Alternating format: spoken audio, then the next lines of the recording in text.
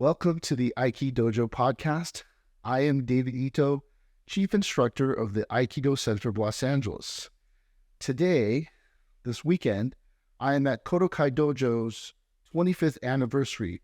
Kodokai Dojo is located in Salamanca, Spain. So I thought I would interview Santiago Garcia Almaraz Sensei, the Chief Instructor of Kodokai Dojo. Welcome.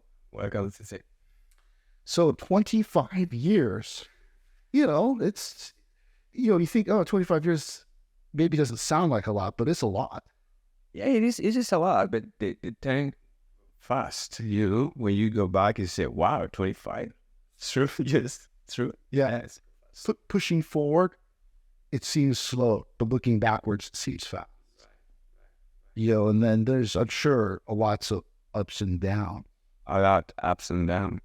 Because, in fact, I didn't think that I wish to have my own dojo first time. What's a consequence of something?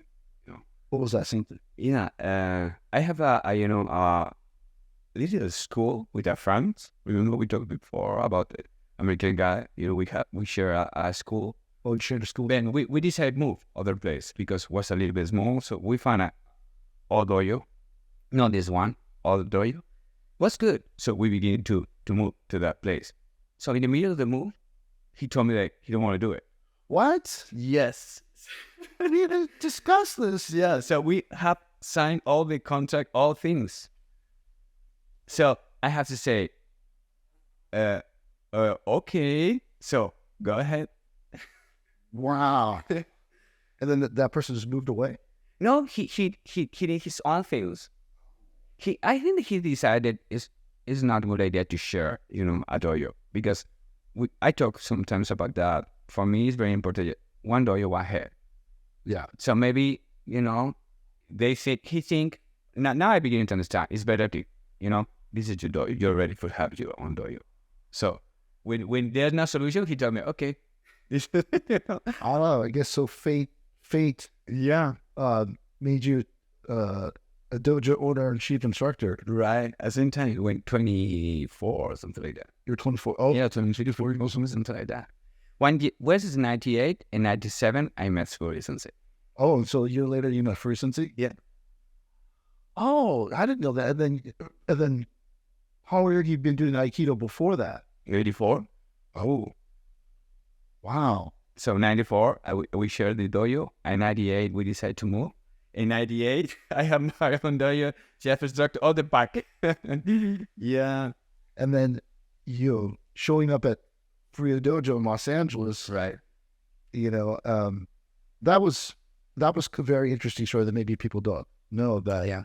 Maybe you could explain how you got to Furuya Dojo. I'm interested in Aikido, so in Spain, my feeling was that I have to find some real sensei for me, because I have this dream to find a good teacher, a good sensei, not just in technical fields, just aspiration. So I read an article here in a magazine of martial art. So I say, Furuya Sensei, I begin to read. Oh wow, what nice dojo! Oh wow, I know that I have a connection with the philosophy. So I was in a point in my life I have to choose something. So I buy a ticket. I went to Los Angeles. I have no idea anything. I have no Google. I had nothing. Just a little book. When you have a different hotels, this and that. So I go there. Yeah, 20. I think it was 24 July of 97. I go there. Well, yeah, what a risk, because you could have shown up and then they say, "Oh, Furuya Sensei's on vacation for the come back." Oh. Yeah, because I even don't call. I just knock the door. That's it. Wow, yeah, that's how and then history begins from that point. That's right. So when I come back, I was, excited what I met in Los Angeles, because all people there was so kind. Was my impression, was so kind, so helpful. They helped me to move. My hotel was in bad area. So Furuya Sensei said, no. At the second day, you have to move to the other area in Los Angeles, because I don't know. Where yes, find the cheaper hotel in Los Angeles. You were in South Central LA, which is the really bad drive-by capital of the country. If I have to taste something good, I have no any problem in that area. Yeah. You know, I go out dinner and I some close place to the auto, but that I don't feel that because Meg was so stupid to feel that. I don't know. And then how good was your English skills? Very bad. Right now, a little bit worse. Well, but I mean, to go to a foreign country to try to learn Aikido and you don't speak the language, I mean, that takes a lot of courage. Maybe, or maybe I was so inconscient, like. Well, yeah, you're young and dumb. That is what that 4 years old. I'm not to do this. That's true. Maybe my head sound good. Yeah, but for me, the Aikido class, even for Sensei, he explained in the way that he don't explain too much by words. Well, you train for many, many years, so it's something that you can see and copy. That's it. But what was it like walking through the door on the first day to train? To me, it was a experience, something that your hand is shaking. Yeah, because you try to do your best, but it's not your way you train here, no? But I was so excited. I don't know. Maybe I make a lot of mistake, because you don't know. But I have the feeling that people help me. Even Sensei Furuya don't know about me, nothing. A crazy guy from Spain, something like that. But he helped me for the first moment. So all people there made me easy, to go inside that. But I mean, what did your family say when you told them, "Hey, I'm going to be gone for a month. I'm going to be in America." What was Furuya Sensei like? And from your perspective, what was he like when you just showed up? I think that when I show up, I have an introduction with maybe a student, and he told me about the schedule, this and that, in the class start this hour. So I changed a little restroom, when you have almost no space. I changed down the stair because the restroom was down stairs, and I will look all the walls, looking all the things that he had, because I don't understand most of them, what the meaning or whatever, but I feel like, wow, this is another world for me. This is something that, this is what I want. This is what I'm looking for. So when I begin to put the seisha and I hear the step on the stair, for me it was amazing. For me, this is my feeling. That's something that you can't explain. You have to feel, that, hey, I'm in the right place. Oh, so when you got that feeling, I'm in the right place. Yeah, I have that. Even, because the atmosphere there was so intense. It was. But not only physical intense, mental intense. Like everybody was sitting down, looking, waiting for the sensei, arrive by all these kind of things. Wow, this is what I want for my life. I mean, yeah. I didn't find it after a certain point. I did not find it physically tense, but it was mentally intense. Yeah. Like, you were expected to be a martial artist. You were expected to be an Aikido, right? You were if your rank was Sandan or Yondan or whatever, you were expected to be that level. Yeah. And if you weren't that level, you got And it's not only about the class. Was all the things around the class. When the people move, when the people bow, I have to do anything in the dojo. Everything have to be in such a way. Right in the moment. This kind of thing that. Wow, what's happening with it? It's like a clock, everything moved, and what for me was a great experience. That's the way I come back. But I mean, there's something about your own personality, because like for one, it took courage to go to LA. Yeah. And then it takes courage to come back every year. Right. And like we were talking about the other day, it's like the first time you came, we're all like, you're not coming back next year. Yeah. The second year you came, we're like, you're not coming back next year. The third year, you go, oh, maybe he's going to start coming back, and then, but, it takes a certain amount of courage, a certain amount of fortitude, perseverance, and that's the same courage, fortitude, perseverance thing you probably used to get to 25 years. I think this is the secret. I think that maybe you can be the best teacher in the world, but you have the courage to try every day. And to me, go to LA is like wasn't like a work. Was like something that I want to do it. I need to do it to grow. So I feel, and I was lucky because I have friend around me help me to do it.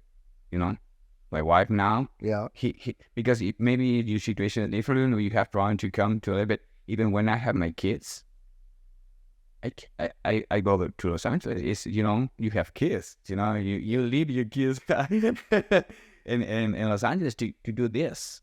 So this may be the only time when I feel that, wow, maybe but to me was something that I have to do it. Like to get to 25 years, right? The first year, okay. The second year, third year, and then you got to keep going. And then, the first couple of years, you can kind of wing it, right? And you can kind of fake it. But after that, you're like, well, these people are still here. Now I got to teach them. Yeah. Did Sensei ever talk to you about how to teach people? I think he liked to go out, lunch. So many of the instructors, in class, is talking with him, and sometimes he give you kind of advice or you'll feel that, in class, how do you do it? I think he's very curious about the way I do, or the way, running here, or why I came to LA. Why? Because you don't find something when you're looking for something different. But to me, for instance, it fit exactly what I want. But in my dojo. I don't remember. Did you ever teach a class in Los Angeles? Yeah. And the Sensei critique it, criticism? I don't know if you do it directly, because the relation with Furuya Sensei was different to me that maybe to you, maybe it's not so sharp or too hard. But I think he told me, maybe don't spend too much, or maybe yes, if you have a new student, just say a couple of times, don't system up, because he needs his time to understand these kind of things, But don't. He let me, try. Yeah, because today it's like this dojo here, thousands of miles away from Los Angeles. Like I tell everybody, it's like our dojo in the 90s. The strictness, the decor, and everything. I go, yeah, man, this dojo is a lot like ours, But and I seen Ito about that. For me, when you go someplace so far, you have to take a picture because you don't know if you come back. So you know what I mean? Yeah. So when I come here, I try to keep looking that picture. Yeah, I have some of the videos that you shot, and I kind of peruse them for information and stuff like that. But I mean, did you always have this level of courage, bravery to do stuff like this? And I have the feeling in my life that I'm not really good at anything, but I persistence. I don't know how the words. Yeah. So I try to, even I have not the skill whatever, but no one winning discipline. Right. You know what I mean? This is my good point. So doesn't matter how much time it takes, be good, because I'm going to hammer. Yeah. So I guess what you were saying is that the secret to success is persistence. Yeah, of course. For me, yes. Because when you have a dojo, so you have to be there. What is it that you work every day? Not sit down, and just make money, or just don't teach, or just, no, they want to see you work, that you are enjoy with what do you do it. This is really hard, because not all the days you want to teach, or they want to be happy, or that, it's hard. You have to fight every day with you. Because sometimes, like in traditional martial arts, they have this idea that, like they wait for the sensei to eat, and then they all start eating. In the American military, they say the leader eats last. I don't know if I'm going to think back about Furuya Sensei in those days, like we all waited for him to eat. We all waited for him to tell us, to direct us. But the thing about that is that you're thousands of miles away on your own on this island, called Europe, and we're all the way in Los Angeles. You have to do everything on your own. Yeah, I don't feel it was really hard. The only thing that is try to connect with your student, because if your student thinking the same way as you, is easy, because it takes a long time in many students.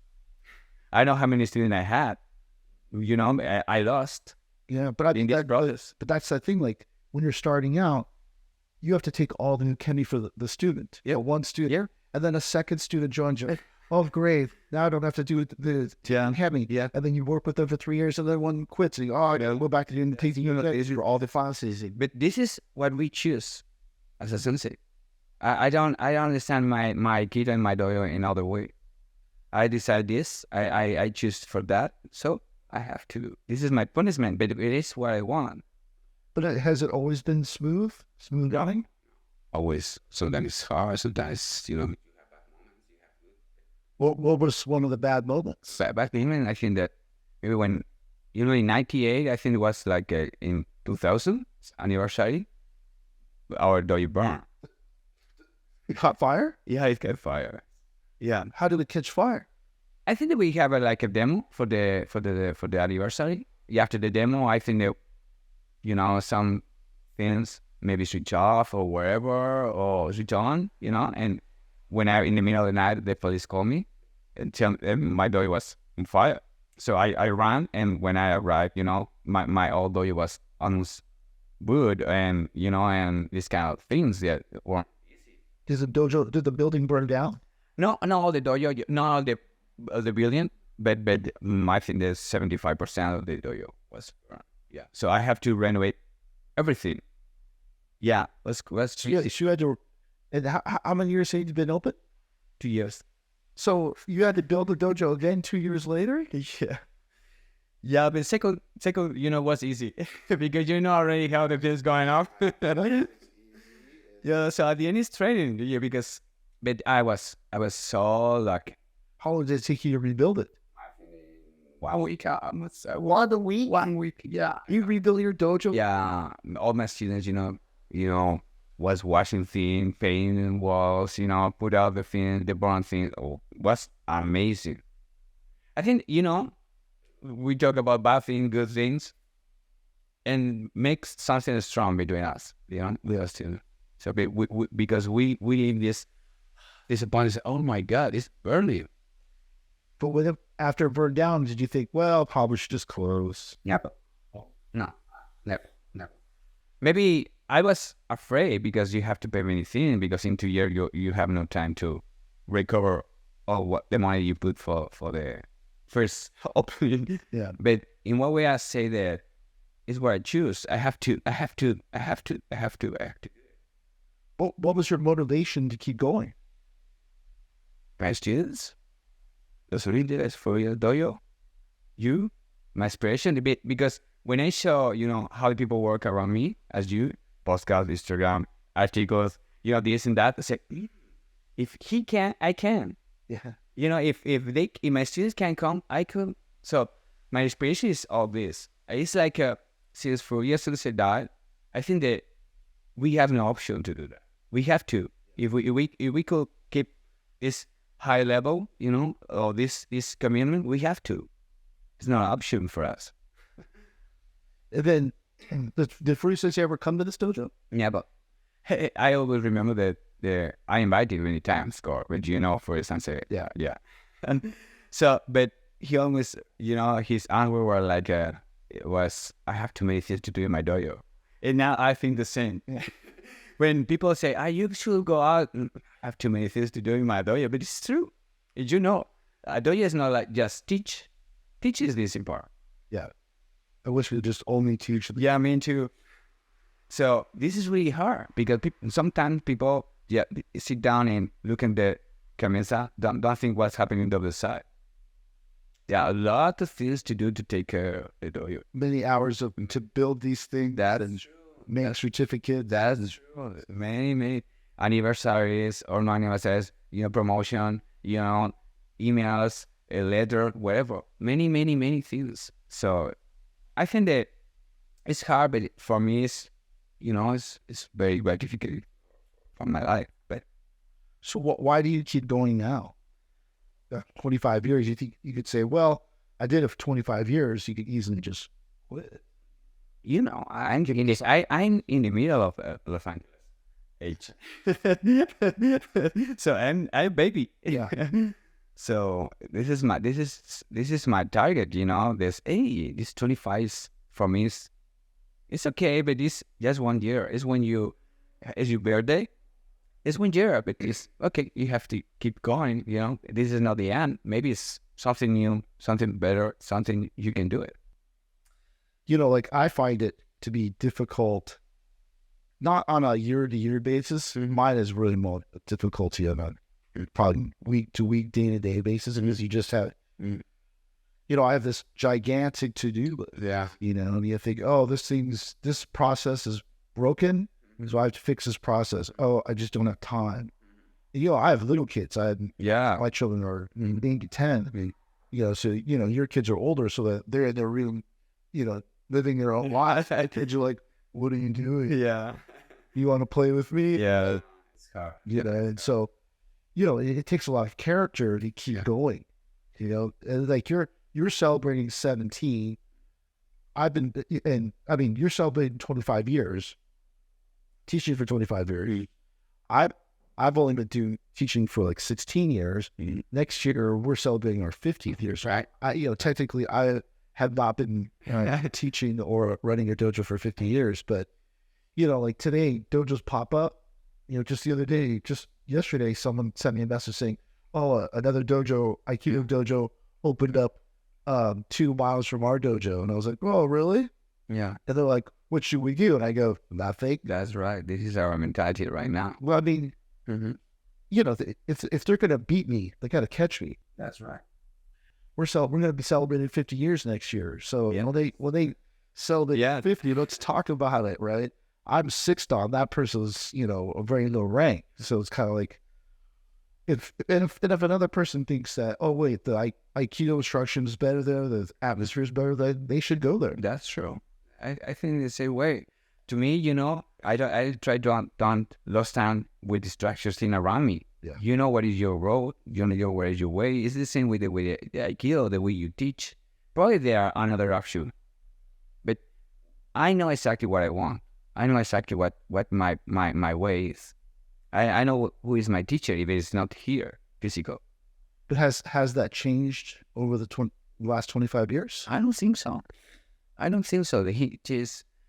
would like to be better. I would like to, have more knowledge. As you told in this 25 years, I would like that, make question, make questions for your sensei when he was alive, make more questions to know more. But we could change that. So we try to work in his articles. We have to work in his videos. We have to work. Begin to write our own things, our own, story. So do you feel like you're evolving?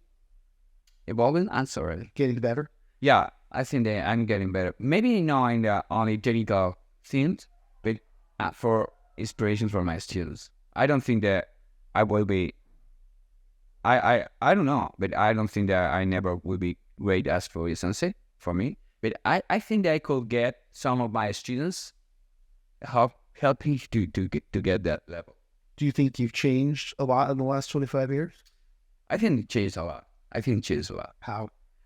Because I think that before the student maybe come to the dojo with less information about Aikido, less, less information. But right now people...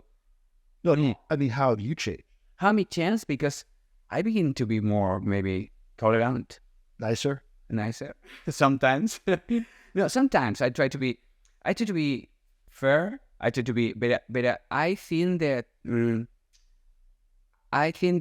my students understand me. Some of my students. So it's really hard sometimes the students don't understand because you change your life. The students have to change at the same time you change because in either way we don't talk the same language. Yeah. So it's hard to the student follow you at the same time you are changing about the way you want to take care of the dojo. So to take care of the dojo like this, there are many traditional things. The way have to be in a certain way. So not many people can do it. But I think that I try to be more open to understand and what does the student want, and try to explain what I want for the future. So before don't do that. Before just say this is like this. That's it. But the age, you don't have to show with your power, physical power student.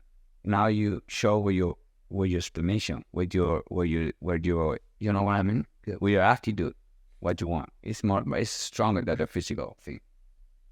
But I mean, you've been on your own. I mean, because yes, you follow First Sensei, but First Sensei is 1,000 miles away. Yeah. Thousands and thousands of miles away. So how do you keep going in the right direction?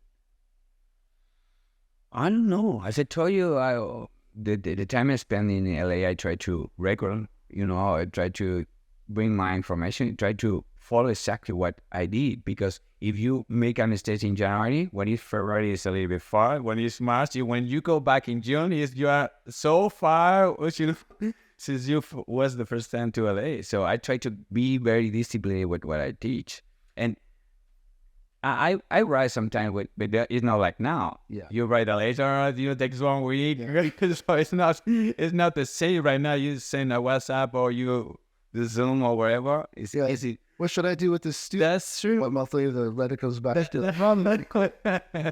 That's true. But it's funny because when new people say now that I have no time, I have no information. Hey, you have a lot of What do you have excuse? Yeah. Well, it's all people have today. Like the other day when I said, any questions? Yeah. And there's 2 chief instructors in the room. Yeah. There's a bunch of people, a whole lot of black belts. I go, oh, the questions. Yeah. Like, how do you not have questions? And then, we never had the ability to ask questions. Right. And, so when you take a picture of some of the stuff in the dojo, you have to do it without Sensei doing it. Yeah, of course. I sometimes I ask for information, but sometimes, it's like something that you try to, You have to steal it. or even my English, when he talked with some student about something, I try to, try to listen, try to understand what Ken Watanabe Shihan do this, or why is Sensei to do that, or what he had it that way, what he is mad with this, because I want to know what the thing's going on. So you had to steal it. Yeah, of course, because no one give you anything before there. Well, that's the thing which is different than today. Students are presented with all the information. Yeah. They almost virtually don't have to steal it. Right. And then because they don't have to steal it, they don't value it. Yeah, I think so. This is the main problem. That even in class, sometimes the people are waiting for your correction. They even try. Yeah. I say, if you don't give me nothing, I can correct nothing. So just try. Okay, the hand here. Try. The feet here. Yeah. And so on, but they don't want that. They just want, the result, and it doesn't happen. Do you feel like the students have changed over the last 25 years? I think they change because in one way, as we talk, they have more information, what is good in one way. But I think that I'm happy because that it's the same, with all things. People want to learn, we learn. And people don't want. But you have more, maybe people, think it's easy, maybe Aikido changed in one way, I don't, because they have the opportunity to see many teachers doing Aikido. You have many people looking for some kind of type of Aikido, but we have our way to do Aikido. So maybe when they go, this is what I want. Oh wow, this is what I want. But before, I had another chance. The first time I saw different teachers for Aikido was when you give me the video, the punch from Aiki Dojo, because before I have no idea what type of Aikido did before, So in one way, right now it's different that way. And both your kids do Aikido. Yeah. How old are they? One 19 and one 17. You find it hard to teach them because they're your children? It's almost the same, with all the process of 25 years. Says, yes, kid. You know how many times he said, I don't want to go to the... I try to... They understand it's like mathematics or, or science or wherever. It's not an option. It's something you have to include in your life. I know it's hard, We'll see what's going on when they grow. But this is my feeling. Well, like for me, my kids, it's hard to teach them. Yeah. Because they get upset and they'll say, teaching their way. It's hard to be disciplined. It is. Like, just do it. So that's so mean. And you go, I know, but I mean, it's Aikido Dojo. You can't do that here, or something. To me, right now, the hard part now is that the rest of the students see my kids like a regular students. They don't treat it in a different way because it's not very positive. You know what I mean? Yeah. Because not because you are the son of the daughter. No, you have to do this. Do this. Doesn't matter who you are. It's not a privilege. You have to do double better. Remember you talk about my daughter. If you're going to say they have to clean this in that way, you have to do it perfectly. But was it hard to get them? Did you force them to do? Some not forces, but I try to convince that it's something that they have to do. And not only because Aikido, because a human being. I think it's very positive. The way the Aikido class is made, all the atmosphere about Aikido. I think it's very positive for that. But they have a lot of activities. They're very active. Yeah. So, between karate and basketball, and living a life, like they easily could say, I don't want to do this anymore. Do they ever say that? Bro, don't say with that word, but when they are tired, but the question is that, for me, for my ambition, that if they spend like 3 hours in front of TV or play with them, it's what they do if they have free time. So I prefer they spend the time here helping with the kids class, all these kind of things. But I know they sometimes they have a hard time to come to the dojo. I know. But it's something you have to help him. I have a hard time sometimes to go to the dojo. Probably you have a hard time sometimes with. Yeah, like right now, I'm in Spain and my wife has the flu. That's right. Sorry, I'm in Spain for the 4 days. Yeah, so it's hard, but it's something, but you are the adult. So you have to explain, hey, will be good for you. Will be good for you. Yes, follow. Yeah. And when this time when you grab your bag and you go to the dojo is the hard part. When you are in the dojo already, you're changing it. I don't know that. Try to get my daughter to eat vegetables. This is good for you. She goes, like that, and you go. Yeah, I don't know. I think that I try to hard. I know maybe one day, quick. I don't know. You can control, but my feeling is that as we talk with our students, I want to be the reference of them. Oh, my father come every day to the dojo. He trained almost 400. 4 or 5. Oh wow. If he do, you know what I mean? It's see with you. If you do podcast this, I can do it. I have to because it's good for not for me, for everything is around me, everyone. It's that. When I was little, I don't even know when someone told me this. They said, if someone else can do it, so can you. Yeah.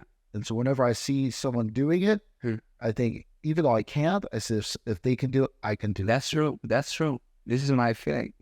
That's true. What is your fondest memory of Furuya Sensei? I don't know. I think the fondest memory was like now that I celebrate my 25th anniversary. I think when he did his own anniversary, he told me, because usually I spend so many days there, so I usually stay before and after. So I could see the level of stress of Furuya Sensei, since the seminar arrived, many people came to the dojo, visitor, this and that. And when the end, people leave, is when for me, it's similar because his life was the dojo. Yeah. His life was the dojo. So it's when you have your family for Christmas at home and they go back home after the seminar, he feel a little bit like sad, happy, but in one way it was this feeling as like he feels exhausted about this that. Because I remember, I think it was the second year you came. Mm-hmm. He gave you a set of his videos. Yeah. In PAL. Yeah, that's right. And so you had to especially order them to get. Yeah. But wasn't the first year though? Yeah. Yeah. Second. First year. No. First year. Yeah. First year. Because I could buy the first and the two video I could buy here because they only did that in Spain, the first and the one. But I don't know even they have 9. Because I remember he gave you the set of videos. Yeah. PAL. Yeah. I think Susanna bought you a mojito. Yeah. Too. Yeah, that's right. The mojito was for the fire. Oh, because it got for the reopen. because it was fire in my mojito, my own mojito. You still have the mojito? Of course. Yeah. That's where you really got to, I started to see how Furuya Sensei took care of you. Yeah, a lot. And took care of other people, like he didn't have to order your mojito. He didn't have to get you videos. He didn't have to give you presents. Yeah. Because, you would come 1 month. Yeah. And stay for the entire month. Yeah. So, you'd be around the dojo. The Sensei would be helping you and taking you, doing things with you. But did Sensei train you privately? Many times, but not with other students, but he was, because usually the class was around 4 or 5. Yeah, I arrived after lunch. Yeah, I spent a couple hours after or before with some of the students doing private Iaido, private Aikido, just, review some points, because I have to work as much as possible. Yeah. When I was there, so I have to, use every minute he gave me. But the good point to go there for that time is you squeeze every second. Yeah. Did you bring a video camera the first year? Yeah. I don't believe it was video. No, the first year I think I have no even video camera. Yeah, I don't recall that. No, but he have some kind of feels, like we did a lot of picture. It's in that time, was a lot of picture. Did you don't know if it's right or wrong? Now you know already if it's good or bad. But before was okay. Take picture, because my dad was like a take picture, and for especially for details and this and that. But I think the year before I bring my camera, beginning to record all these things, yeah. I think many people helped me a lot with the instructor, because I don't know it will be funny for them, these guys came. I have to spend 3 hours in the dojo teaching. Taking his uteni. Yeah, because he sit down on the blue mat, and I was just 2 meters doing Iaido. You know how stressful is that? It's crazy. Horrible. I was sweating, Did he yell at you? Not yelling, but sometimes, you can feel that when you don't do right for a couple of times, he began to change the tone of his voice, But with me, I have to tell that it was very, very kind. Very kind. I think because I say this, the relationship is really different. I think so.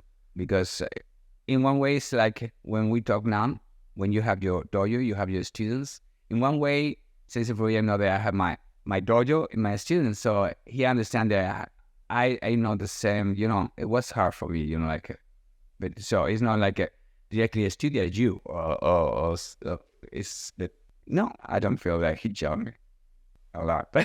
Yeah. What is one of the biggest lessons you learned studying under Furuya Sensei? Lessons? I think that, I don't know, maybe it's because I'm this disciplined, because I saw Furuya Sensei how much was love Aikido, I love this, and how he cared about everything. Even sometimes people don't understand his humor. Did Sensei ever yell at you? Because they say that you're not a student of the teacher until they yell at you. Yeah. So, like all these people on the internet with Furuya Sensei died, they're like, oh, I love Furuya Sensei, he's my teacher. Yeah. I go, he's not your teacher. Because if he doesn't yell at you, that means he doesn't care. Like, Sensei used to always talk about, if he scolds you, that means he cares. If they ignore you, that means they don't care about you. To me, I think that he take care of me a lot, because he always take care of one student, stay with me, teaching me Iaido. He sit down close to me, teaching me Iaido, correct me directly, he was like 1.5 meters doing Iaido, 2 meters. So it was so intense. But I think that don't feel like, maybe it was my impression. I don't feel that if he get mad, doing by yelling me he get mad, something like that. Probably in class I make mistake, But Santiago, he never say that directly to me, But I know probably I did make a mistake, and he yelled at the group, but was because me. I don't recall him yelling at you, but I don't recall, and maybe it was, but I don't recall him you make him a mistake and then we all having to pay for it, but like that I think for you, he understood the sacrifice. Maybe. And that's things like to get to 25 years, it's just such a sacrifice. Your friends are going out, they're going to go have fun. You go, I have to go to the dojo. Yeah. Your friends are going out, they're going to have fun. You go, I have to go fix the wall that got broken at the dojo. Yeah. I can't go with you. It's like such a sacrifice. And I think that for you, when you came to LA, since you realized like how much time, money, how lonely it is, how far you have to go. And so maybe that's why he didn't get mad at you directly. Yeah, probably was one of the point. But to me, I think that I always, when Sensei told me to say something to our students, because he would, you want to say goodbye to students, I would say, I'm lucky because I stay here like 1 month, something like that. And that's it. Hard part is the people live every day with Sensei Furuya. You know what I mean? Because I spend one month, I train hard, I enjoy, I go lunch with him, and with all of you. But all of you spend 24 hours there for years, which is, Yeah. So I need the easy part. But I mean, you got an incredible opportunity, that this person who didn't even know you, didn't call you, say, hey, why don't you come down? Yeah.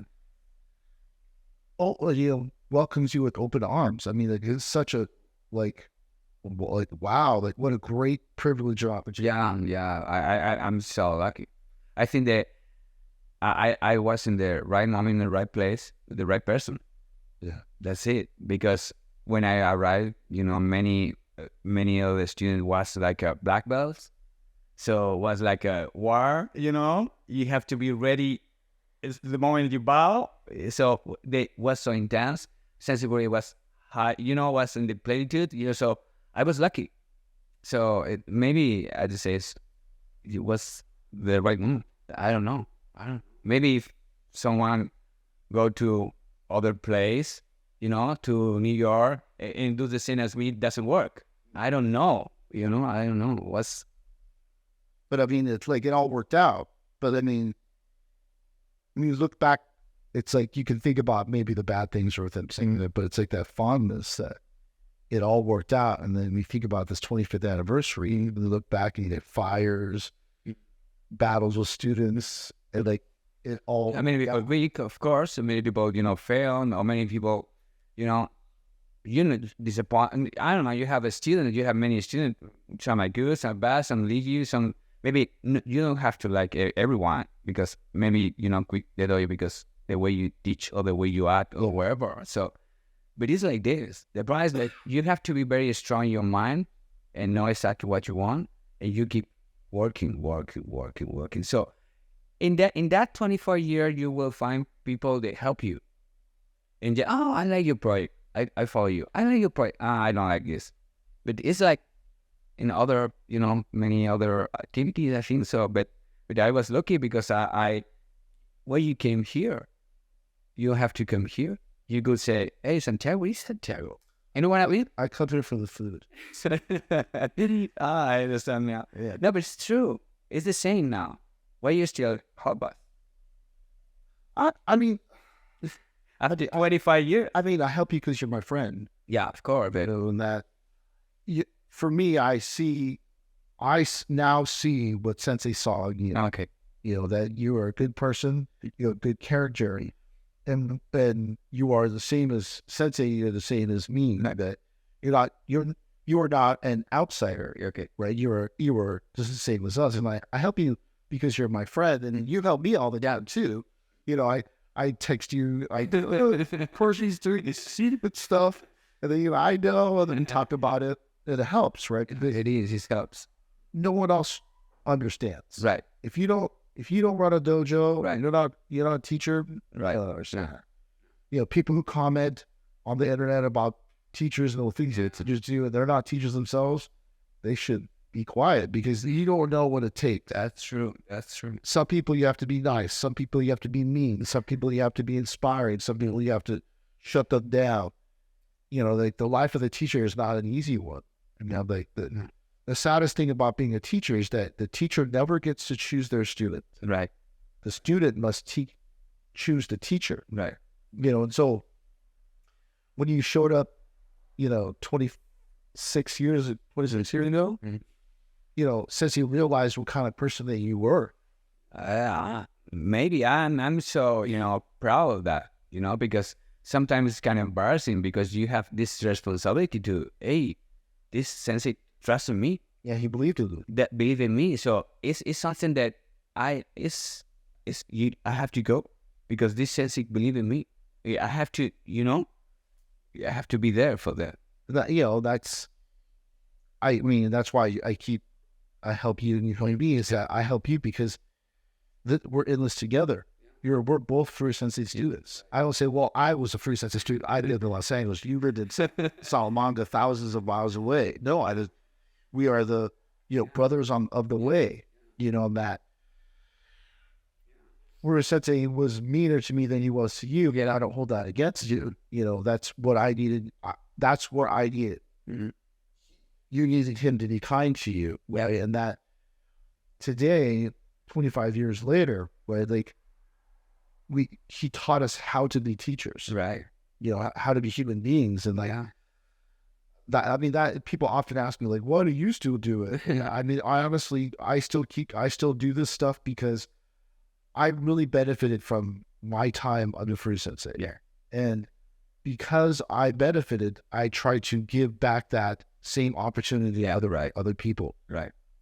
Sensei once was scolding another student, and he said that people serve you things on a silver platter, and you just take them as if you're entitled to them. Mm-hmm. What you're supposed to do is turn around and in turn serve others. Right. And I think about that all the time. I think, I could easily not come to Los Angeles. I could easily just send Watanabe or Noi. But I say, no, I'm supposed to do it because I am the representative of Furuya Dojo in America. You are the representative of Furuya Dojo in Europe. And so when people see us together, it has to be the same. Right. I can't walk in here and screw around all the time. You can't come to LA and get all drunk and pass out, because then people would say, well, then Furuya Sensei was fake. Mm-hmm. He was a false teacher. Mm-hmm. Like, no, he was a really good teacher. Right. Somehow, some way he knew what you needed. Somehow, some way he knew what I needed. Right. Right. And that today, we talked about this idea. What does it mean to be a traditional teacher? Right. The traditional teachers that you could be as good as Furuya Sensei and I could be as good as Furuya Sensei. Right. But it hasn't happened yet. And I told you the other day, we will become as good as Furuya Sensei when you develop a Santiago and I develop a David. And that's hard. That's, how long does that take? 24 years? Is it 26 years? It takes forever and a day. Your whole life, for you, we were talking about this yesterday, that you're trying to find that next great Santiago. Right. This is my idea. I think that as a teacher, we have a bigger responsibility, and is what I don't think right now in the teacher, when they are not professional with that. Yeah. You take care of many people. You take care of kids. You take care, different people. In your art, your words, everything affect them. You know what I mean? So you need to be, and looking inside all this group, maybe one, appear and never know, but you have to be ready. Yeah. And you have to, hone the craft of teaching. Yeah. So that when that one person comes, you give them what they need, and then they can be the future of Kodokai Dojo, the future of Aikido ceremonies. But if you are lazy, if you doesn't work, if you're selfish, that's true. You even don't see, because you are only looking in your, your bottom. Yeah, you're looking for where the money is, where the popularity, the fame is, and that. So I accepted many students just thinking Ikido on develop, but as a chef or as a head of my dojo, my priorities are a little bit different. Yeah, that's hard, because the priorities of the teacher are not necessarily the priorities of the student. Right. the students there to get a workout, get good at Aikido, right, or Yaido or Kembo. Yeah, they're not thinking about, the future of the dojo. They're not thinking about, right, who pays for the toilet paper, who stocks towels, who cleans the mat. Right. They pay their dues and they're coming in and they leave. But it's for them to try to understand you. Yeah. This 25-year sacrifice, Yeah. That you're going to try to go to 50. Right. And you hit your 50-year anniversary, you're going to be 75 years old. Wow. Yeah, that's true. And you think, oh, and if you're lucky, you'll have a 75-year anniversary, you'll be 100 years old, right? Like, Crazy. all searching for the opportunity so that there's a generation next. Yeah. That.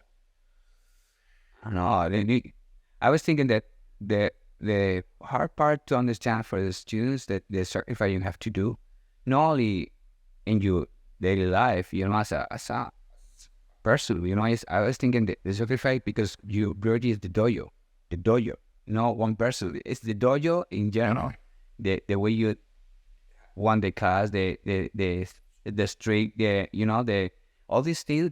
Many don't understand that. But first is the dojo because it's the thing that you want to, keep for. But should they understand? I don't know. Shouldn't they just be students living a carefree life? Yeah, probably. They come in, they train, they go home. That's true. This is fine. It's fine, but it's like you don't taste 100% in dojo. Yeah. You just taste maybe at 25, 30. That's true, but it's fine. Yeah. It's the same if I want to do tennis. If I do 5 days a week, if I one day, maybe I could, just fine, but that doesn't, never will be not like Nadal or depend what you expect for that. Yeah. And that's hard something to accept. Yeah. Your work, no one understands. Or maybe a few people understand. Yeah. And that it doesn't matter if everyone understands. Yeah. Because your job is to not give up until you die. It seems like a long time, but like, how long is it going to take you to find someone, maybe your kids, maybe not, to want to do this, to develop them, and then help them secure their future, right? Because, when I was having lunch with Kojima Sensei, the Zen priest by our dojo, he said that this teacher only develops the student 50%. And that student takes that 50% and makes themselves whole, through their own training. Wow. Right? So you're going to find this person, you got to develop them as much as that 80%, 42, 47. They're almost 50. Yeah. Then they can then take that and then make the 100th anniversary, 112th anniversary. It's hard. But I don't know what's happening in the next generation. We are in the different age our. Yeah, I didn't say that. But in one way, it's almost we share main things. Yeah, but they've been complaining about the next generation since 600 AD. Yeah, that's true. So I heard Furuya Sensei complain our generation. Yeah, and Furuya Sensei said, "Oh, you'll be a better teacher than me because you can understand the people of today." Yeah, I go, I don't know. That's straight talk. What is it? That's true. I'm not going to dance if I can't go get on TikTok. That is inappropriate. That's true. But it's true, Sometimes we have what's happened before, but right now we have almost the same problem. We complain about the almost the same things, But that's amazing. You just have to have the hope. Yeah. That there will be a guy named Steve that flies from New York and shows up at Salamanca because he read some article in the magazine actually wrote they want to learn that. That's true. That's true. You just have to hope that can be the. But in one way, for me to do that process in my life, makes me be more open to, about why do people do things. Why do people, are not in certain way? Why do people leave everything, go somewhere? Why people, start something? And try to help to understand. Don't criticize, don't argue, just listen and, oh, wow. Maybe he have a reason to, but I don't know. Yeah. Well, I mean, I think this is a good place to stop. I, wish you all the best, and I wish you another 25 years. Yeah, we'll be in LA for the 50th anniversary. Yes, exactly. Next we're going to get Los Angeles for our 50th anniversary. That's true. Well, thank you for watching or listening, and don't forget to like or subscribe to this podcast. Thank you.